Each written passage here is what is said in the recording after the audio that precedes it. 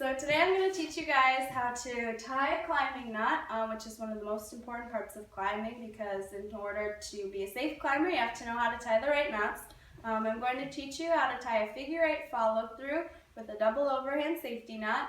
The really cool part about this knot is that it's self-tying, so if you fall, the knot actually gets tighter and won't loosen up as long as you have enough slack at the end of your rope so it won't pull through.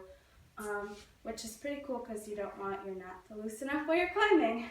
So to do the first knot, the figure 8 knot, you just take a length of rope, and we usually say like more than an arm's length just so you have enough slack in it, and you make a loop in the knot or in the rope, which we call a bite, and then from there you just take and you wrap it around your hand once and put it through the hole. And every time that I've heard someone explain how to tie this knot, they say that it's like taking a snake and strangling it and then poking it through the eye. So while you're tying it, just remember that, and it makes it a lot easier. So we have our figure 8 knot, and it should look just like that and like this when you're done. And then at this point you'd want to put it through your harness in the hard point, which is the safe spot to put knots or gear through so that it will support your weight. But since I don't have a harness, I'm going to be using a belt today, and you'll just put it through.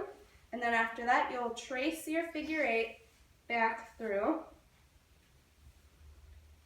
And the way that you know that you tied this one correctly is that at the end, it should look like a racetrack, and you can see both of the lanes pretty clearly, and that tells you that you don't have any crosses in it, which is good because the more crosses you have in a rope, the weaker it gets. So if you have a bunch of crosses in it, your knot could be not as strong. And then after that, it should look like this, and that's your figure 8 follow through.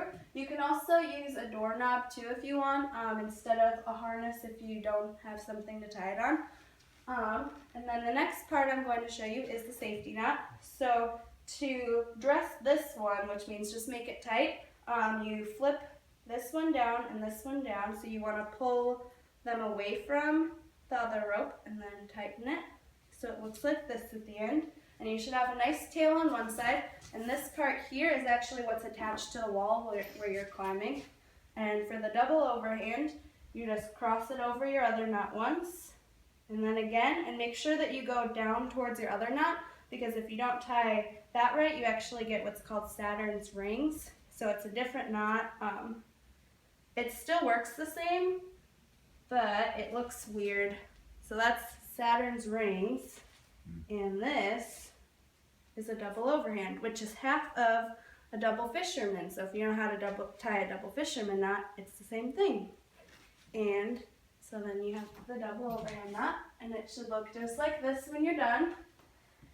And the best way to tell that you've tied it correctly is you have 2, 4, 6, 8, 10 parallel lines, and you have a multiplication sign here and an equal sign here. So if you learn how to tie this knot, you're all set to climb.